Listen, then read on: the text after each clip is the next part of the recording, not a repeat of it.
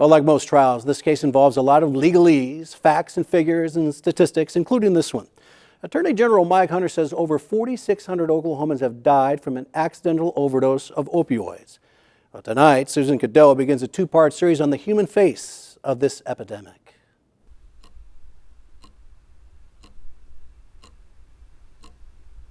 I lost my daughter Brooke in August of 2017.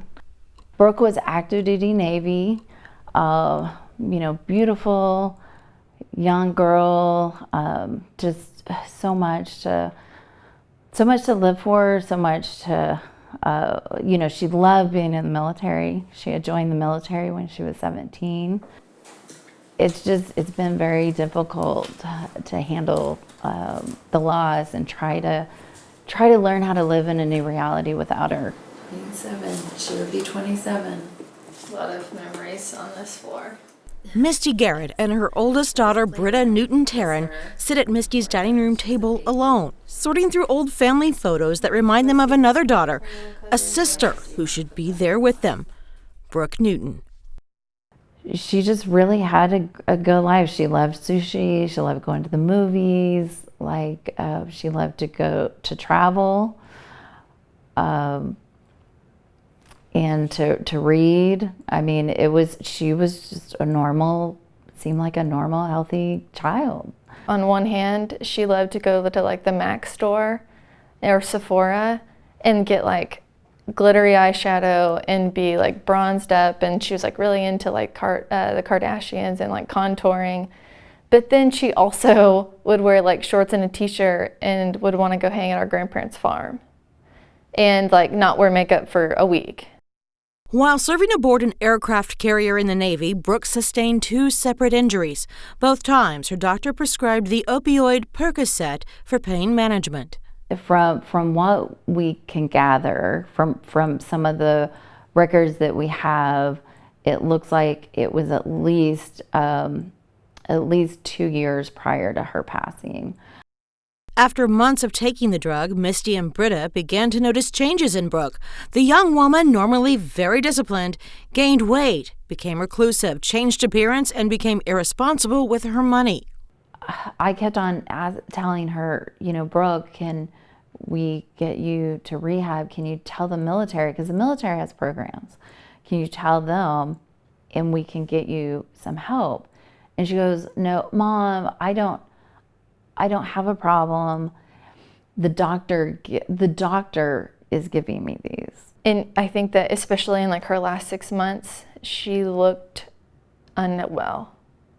And I think that I just can't imagine her walking into a doctor's office and them thinking that it would be okay to give her those drugs. And I would tell her, you don't need to take that. And she would be like, you're telling me you know more than a doctor? She was a month from coming home. And so I was trying to just get to the point where we could get her home. Because I felt like if she came home,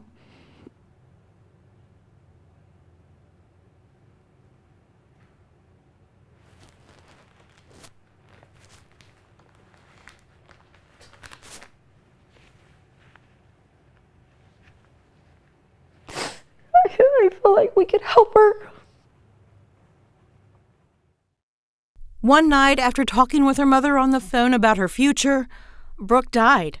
Just that day, she had picked up a new prescription of Percocet, 90 pills that were to last her 1 month.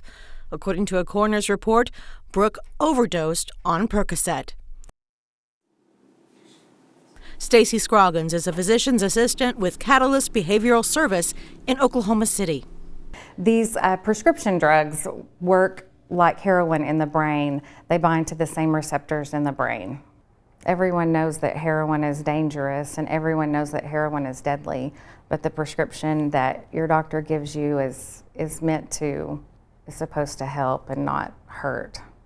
The federal government has placed tighter restrictions on opioids over the past few years, and in 2018, President Donald Trump signed new federal legislation to curb the opioid crisis into law.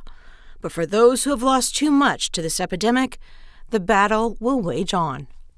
I'm really glad that this case is going on.